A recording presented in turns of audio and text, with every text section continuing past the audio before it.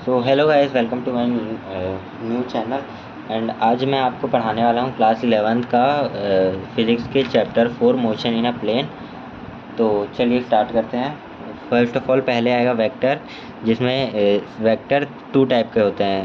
पहले physical quantity नहीं quantities two type की होती है। पहले फिजिकल क्वांटिटी और स्केलर क्वांटिटी। पहले फिजिकल क्वांटिटी के बारे में पढ़ लेते हैं। Measurable quantity are known as physical quantity, मतलब जो चीज़ को मेजर कर सकते हैं वो फिजिकल क्वांटिटी हुई। जैसे कि ये पेन है, इसको अपन मेजर कर सकते हैं। हाँ, ये इतना बड़ा है तो 10 सेंटीमीटर का होगा, ऐसे करके मेजर कर सकते हैं। उसको बोलते हैं हम लोग physical quantity. In terms of which we can express laws of physics in mathematical form. ये लॉज ऑफ फिजिक्स को एक्सप्रेस कर सकते हैं मैथमेटिकल फॉर्म में। For example length, mass, time, weight etcetera. मतलब लेंथ को अपन मेजर कर सकते हैं, मास को नाप सकते हैं कि हाँ इतना किलो है, और टाइम को हाँ इतना सेकंड हो रहा है, ऐसे करके नाप सकते हैं। अब types of physical quantity, physical quantity के अंदर आता है scalar quantity and vector quantity. तो टाइप्स ऑफ फिजिकल क्वांटिटी पहले आएगा scalar quantity. Scalar quantity those physical quantity which have only magnitude. Scalar quantity एक ऐसा क्वांटिटी है जिसके पास सिर्फ मैग्नीट्यूड रहता है और जो डायरेक्शन नहीं बताता। मतलब जैसे कि इसके पास एक मैग्नीट्यूड बस है, ठीक है। And numeric number with proper unit is called magnitude. Numeric number with proper unit is called magnitude. मतलब जैसे कि हो गया एग्जांपल लेंथ एक न्यूमेरिक नंबर है। लेंथ को अपन लिख सकते हैं, रुक जाओ 2 मिनट।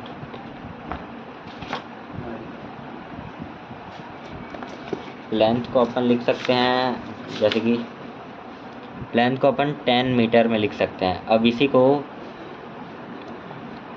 मैग्नीट्यूड बोलते हैं। ये एक पेन का मैग्नीट्यूड है, ये कितना है, हाँ 10 मीटर है इसका पेन का मैग्नीट्यूड, ऐसे बता सकते हैं। मैग्नीट्यूड वो होता है। और एंड फिर आगे बढ़ते हैं। मैग्नीट्यूड भी दो टाइप से बनता है। एक numeric number with proper unit. पहला रहता है नंबर, फिर होता है यूनिट। ये कितना लंबा है, ये पेन कितना लंबा है, ये 15 सेंटीमीटर, ये हाँ 15 सेंटीमीटर या 1500 मिलीमीटर ऐसे भी बोल सकते हैं। तो यूनिट भी रहता है इसमें और नंबर भी रहता है। अब इसको ऐसे तो नहीं बोलेंगे ना कि ये 10 केजी का पेन है, मतलब 10 सेकंड का पेन है, ऐसे तो नहीं बोल सकते ना। तो इसका प्रॉपर यूनिट होगा एक कि हाँ ये इतने लेंथ का पेन होगा, ये लेंथ मेजर करेंगे इसमें। तो हाँ ये 10 सेंटीमीटर का 15 सेंटीमीटर का पेन है, ऐसे बता सकते हैं हम। फिर आता है scalar obey the rule of ordinary algebra then description is incompleted when we specified their magnitude only, no need of direction. इसमें डायरेक्शन की ज़रूरत नहीं पड़ती, वो अपन आगे बताएंगे वेक्टर में कि डायरेक्शन क्या होता है। तो चलिए आगे बढ़ते हैं। और ये अलजेब्रा रूल को ओबे करता है। मतलब अलजेब्रा आप 7th 6th में पढ़ोगे, उसको ये ओबे करता है। फिर नेक्स्ट आते हैं vector quantity. Vector quantity those physical quantity which have magnitude as well as direction and obey the triangle law of vector addition. Triangle law of vector addition अपन आगे चैप्टर में आगे पढ़ेंगे। अभी इसको बाद में बताता हूँ मैं। और फिजिकल क्वांटिटी मैग्नीट्यूड, इसके पास मैग्नीट्यूड भी है और डायरेक्शन भी है। अब जैसे कि एग्जांपल लेंगे तो जैसे कि मान लो आपको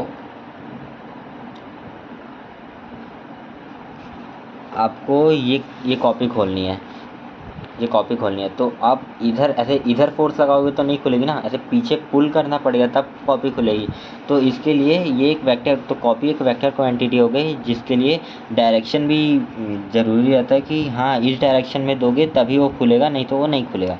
ऐसा डायरेक्शन मायने रखता है इसके लिए।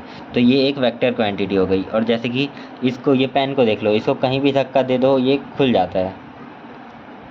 मतलब इसको कहीं भी धक्का दे दो, ये जैसे कि ऐसे करे तो ये हिल जाता है। तो वैसे ही कॉपी के साथ नहीं है, ये खुलेगा नहीं जब तक इसको ऐसे ढकेलते रहेंगे, पुश करते रहेंगे, तब तक ये नहीं खुलेगा। जैसे ही पुल करेंगे तो वो खुल जाएगा। तो ये एक वेक्टर क्वांटिटी है जो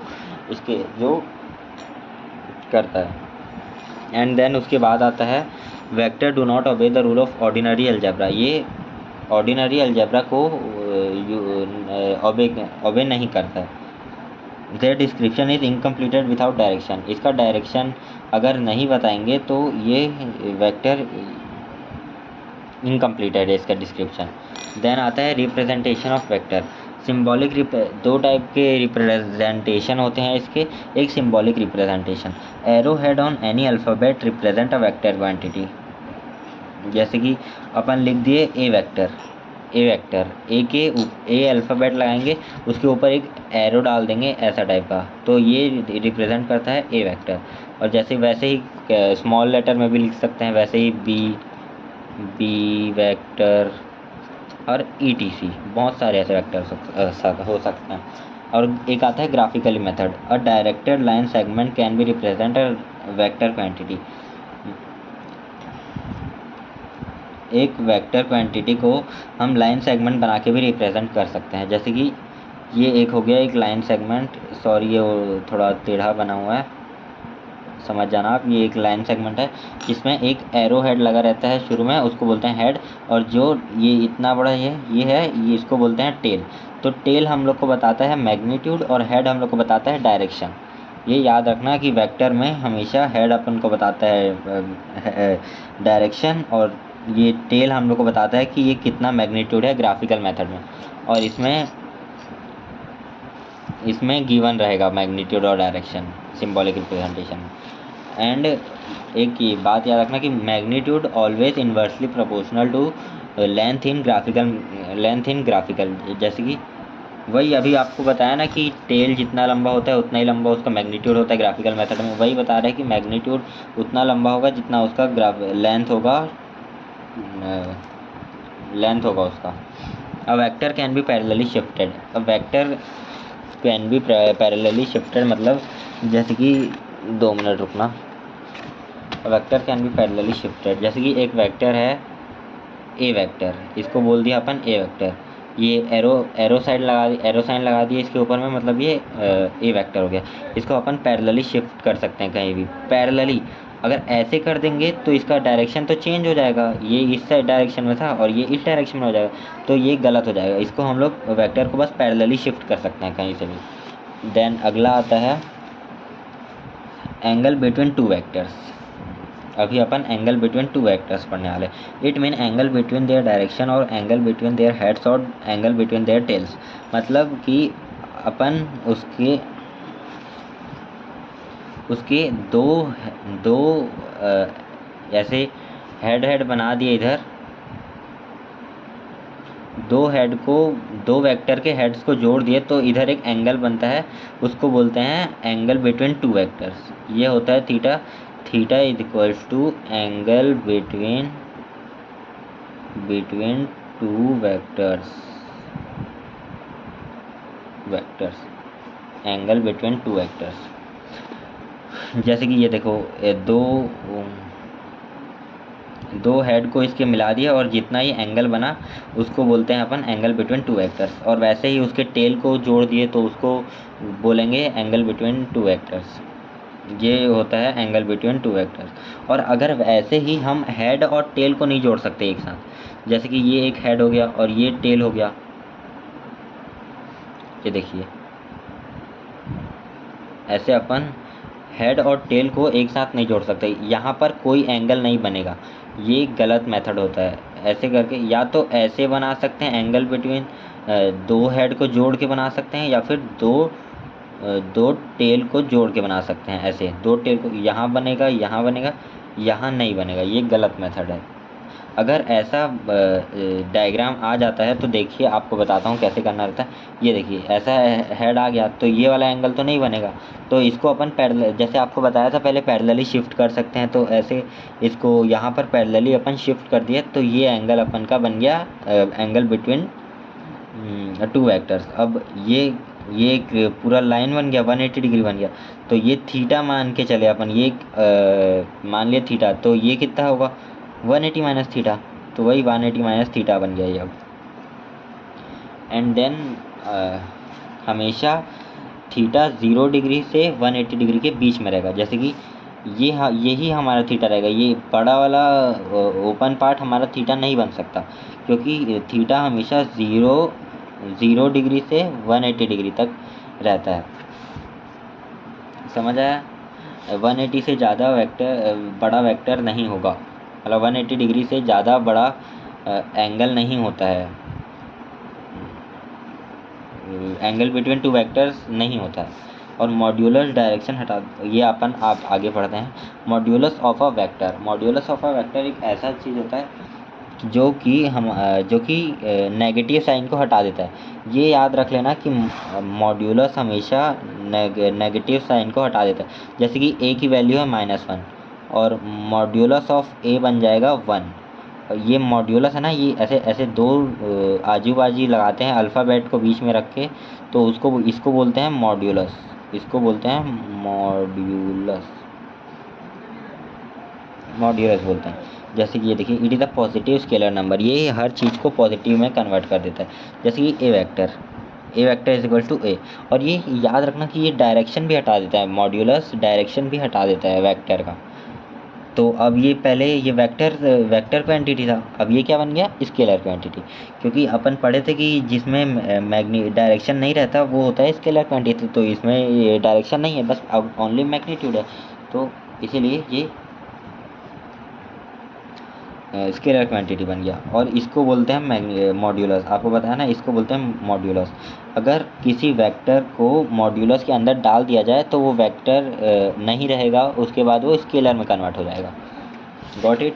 एंड मॉड्यूलस डायरेक्शन हटा देता है, उसमें बस मैग्नीट्यूड दिखता है, आपको जैसे बताया मैंने। एंड आगे देखते हैं, आगे आता है टाइप्स ऑफ वेक्टर्स। वेक्टर्स बहुत तरीके के होते हैं। जैसे कि आता है एक पैरेलल वेक्टर। पैरेलल वेक्टर मतलब two vector said to be parallel if both are in same direction. जैसे दो वेक्टर, ग्राफिकली मेथड में समझाता हूँ आपको।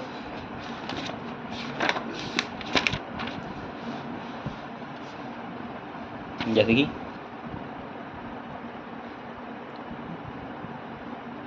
ये ए वेक्टर है और ये बी वेक्टर है, ये दोनों का डायरेक्शन सेम है, ये दोनों का डायरेक्शन सेम है, तो it's said to be parallel vector, and ये दोनों पैरेलल होने चाहिए।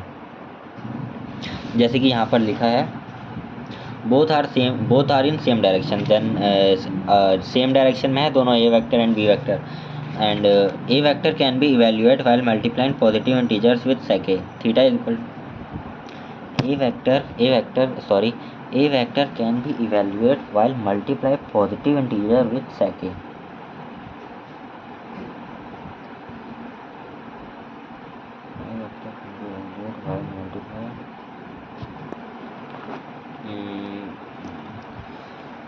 सॉरी, इसको नेगलेक्ट करना, ये मैं पढ़ा नहीं हूँ तो पढ़ के बताऊँगा आपको बाद में। और इसके बीच में थीटा 0 डिग्री बनता है। जैसे कि आपको बताता हूँ, ये दोनों वेक्टर्स हैं, तो वेक्टर्स की मैं क्या एबिलिटी बताया था कि vectors can be parallelly shifted, vector कभी भी पैरेलली शिफ्टेड हो जाता है। तो ये दोनों एक दूसरे के ऊपर कोलिनियर हो सकते हैं। इसको अगर यहाँ पर शिफ्ट करूँ तो ये दोनों एक दूसरे के ऊपर कोलिनियर हो सकते हैं। तो ए वेक्टर और बी वेक्टर यही हो गया, दोनों ए वेक्टर और B vector.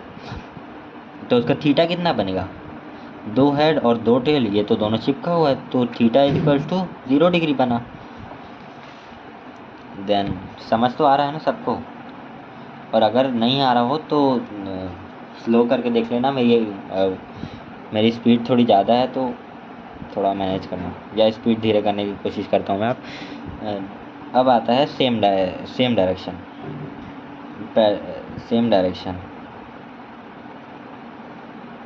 A vector is equal to N B vector, N is equal to positive number. मतलब अगर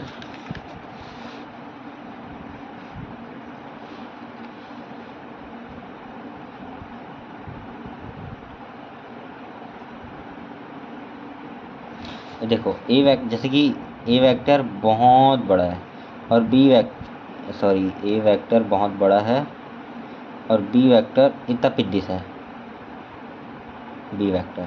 तो ये दोनों को शिफ्ट करेंगे तो ये इतना ही बस भाग बनेगा इसका, ये बी वेक्टर हुआ और ये पूरा ए वेक्टर हुआ। तो बी वेक्टर, तो A vector is equal to N B vector बनेगा ना। एन बी वेक्टर क्यों? क्योंकि बी इसका मान लो आधा है, तो N is equal to two B vector बन गया, क्योंकि ए वेक्टर बी का दुगना है। समझ रहे हो ना मेरी बात? एंड देन अब नेक्स्ट पढ़ते हैं, हो गया। अब सेकंड आता है anti parallel vector. Anti parallel vector just opposite होता है पैरेलल वेक्टर के।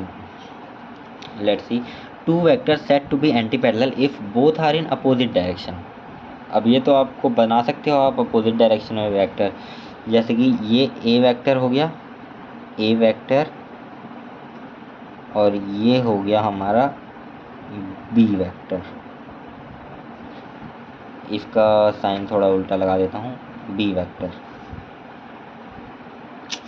मेरी हैंड राइटिंग क्यों नहीं बनती अच्छे से, हाँ चलो, बी वेक्टर। दोनों का डायरेक्शन अलग अपोजिट है। ये वेक्टर का डायरेक्शन इस साइड है और ये वेक्टर का डायरेक्शन इस साइड है, तो दोनों का अपोजिट है डायरेक्शन। और ये दोनों पैरेलल लाइन से ना, ये दोनों पैरेलल लाइन से, तभी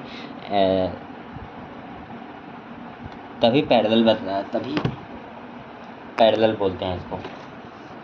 एंड देन, और आपको पता है ना ये क्या बताता है इतना, ये लेंथ इसका, मैग्नीट्यूड इसका, मतलब लेंथ इसका क्या बताता है, ये टेल क्या बताता है हम लोग को, मैग्नीट्यूड। और ये एरो हेड क्या बताता है अपन को, हाँ, और एरो हेड हम लोग को बताता है क्या, हाँ, डायरेक्शन। सही पकड़े हैं। और ऐसे ही आप रिवीजन करते रहना, हो जाएगा, समझ आ जाएगा। Both are in opposite direction बताया, जैसे कि एक वेक्टर इस साइड है और एक वेक्टर इस साइड है, और A vector is equal to,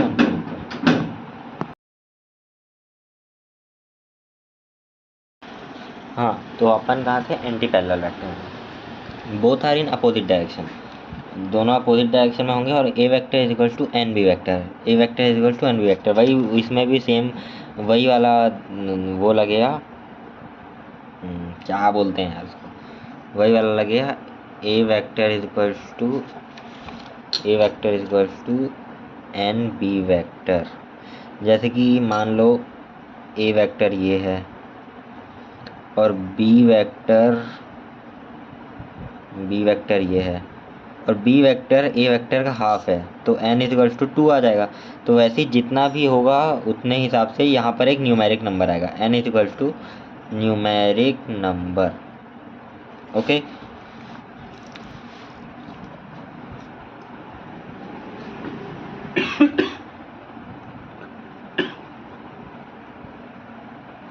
sorry, negative integer आएगा क्योंकि अपोजिट डायरेक्शन में है ना, तो अपोजिट डायरेक्शन के लिए जैसे कि -2 आएगा इधर, -2। अगर ये इसका ए वेक्टर बी वेक्टर का डबल होगा तो A vector is equals to -2b vector, ऐसे लिखाएंगे, क्योंकि डायरेक्शन अपोजिट है तो हमेशा माइनस का साइन लगे। अगर किसी भी वेक्टर क्वांटिटी में दो वेक्टर अपोजिट डायरेक्शन में है तो वो दोनों अपने अपने लिए नेगेटिव है एक दूसरे के लिए, समझ आया। और theta is equal to 180 degree, जैसे कि ये है ए वेक्टर और ये है बी वेक्टर, ए वेक्टर। अब ये और ये अगर पैरेलली शिफ्ट होके कोलिनियर होंगे तो ऐसा कुछ इंटरफेस बनेगा, ऐसा, ये बी वेक्टर का डायरेक्शन है, ये बी वेक्टर का डायरेक्शन है, और ये ए वेक्टर का डायरेक्शन है, तो दोनों कोलिनियर होंगे तो ऐसे दिखेंगे। तो इनका वो क्या आएगा, देखो, ये जैसे कि ये वाले वेक्टर को अपन यहाँ शिफ्ट करें ऐसे करके, यहाँ पर, यहाँ, ये देखो बी वेक्टर, ये बी वेक्टर हुआ, तो दोनों टेल जॉइंट है एक दूसरे से, तो ये कितना बना, ये कितना डिग्री बना, 180 डिग्री। और ये पैरेलल है तो ये 180 डिग्री बना, समझे, इसीलिए theta is equal to 180 degree है। एंड देन उसके बाद तीसरा आता है unit vector whose magnitude is 1, जिसका मैग्नीट्यूड मतलब जिसका टेल 1 सेंटीमीटर या 1 मीटर या 1 किलोमीटर हो, उसको बोलते हैं यूनिट वेक्टर। जिसका ये टेल है इसको हम लोग मैग्नीट्यूड बोलते हैं। अगर ये 1 हो तो ये यूनिट वेक्टर हो गया।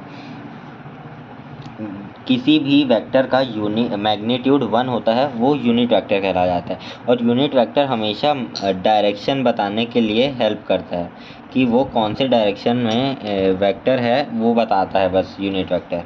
मैग्नीट्यूड उसमें कुछ नहीं रहता। We can get a unit vector when a vector divides by its own magnitude. जैसे कि अपन ए वेक्टर लिए, ए वेक्टर और उसका मॉड्यूलस ऑफ ए वेक्टर।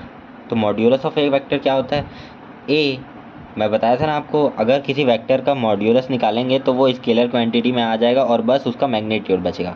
तो ए वेक्टर अपॉन ए, तो ए वेक्टर ए और ए कट जाएगा तो उसका बस वेक्टर बचेगा। तो ये वेक्टर बस डायरेक्शन बताएगा, क्योंकि मैग्नीट्यूड तो कट आउट हो गया, 1 आ गया इसका, तो ये बस अब इसका डायरेक्शन बताएगा।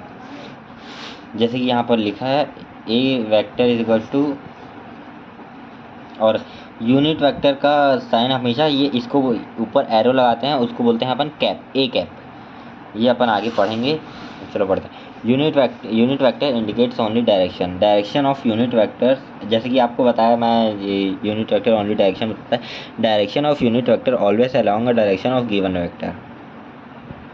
वही गिवन वेक्टर के ऑलवेज अलोंग रहता है।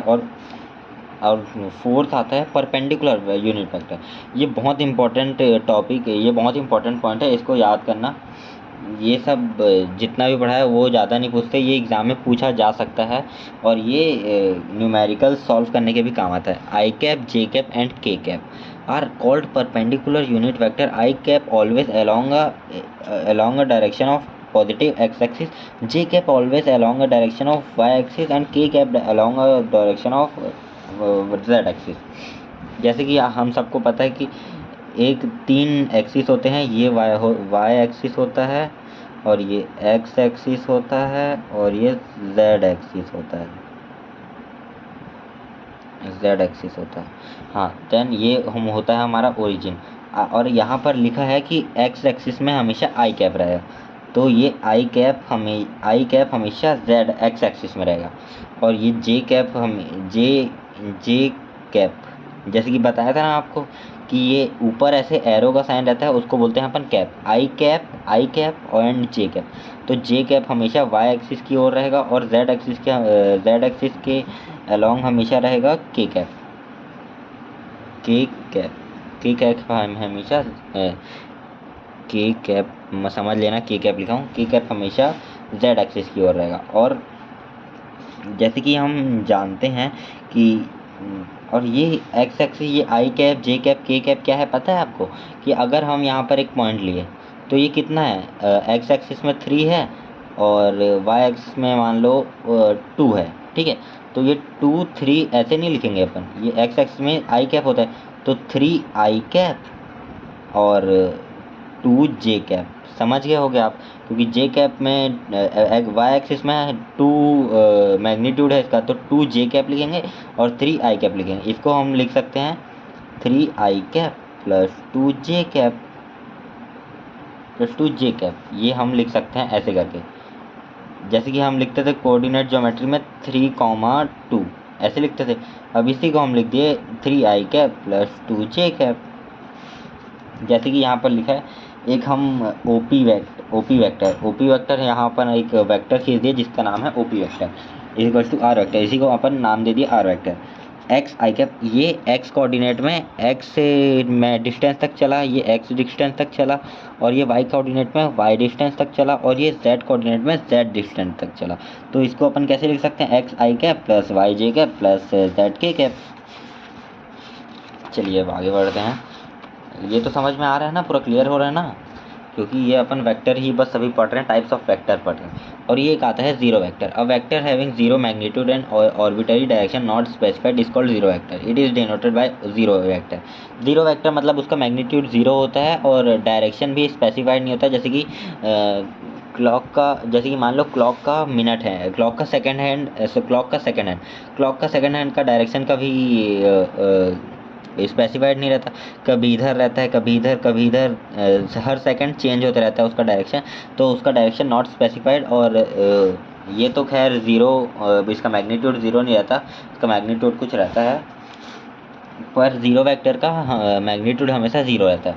और ये सब पूछ लिया जाता है कभी कभार डेफिनेशन में, तो पढ़ना जरूरी है, एक बार ऐसी फट रिवाइज कर लेना।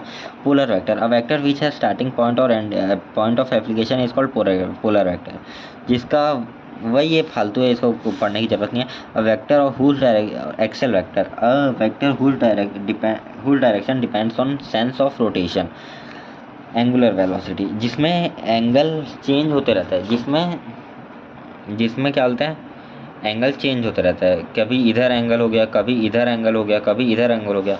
ऐसा जो एंगल स्पेसिफाइड नहीं रहता उसको बोलते हैं अपन एंगुलर एक्सल वेक्टर, जिसमें मैग्नीट्यूड तो सेम रहता है पर डायरेक्शन हमेशा चेंज होते रहता है। तो ये हमारा कंप्लीट होता है वेक्टर के टाइप्स।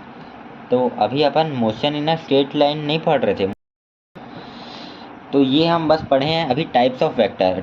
और motion in a one dimension में वेक्टर हमारे क्या काम आता है, आप ऐसा क्वेश्चन कर रहे होगे, तो वेक्टर हमारे इस काम आता है, न्यूमेरिकल सॉल्व करने की काम आता है वेक्टर।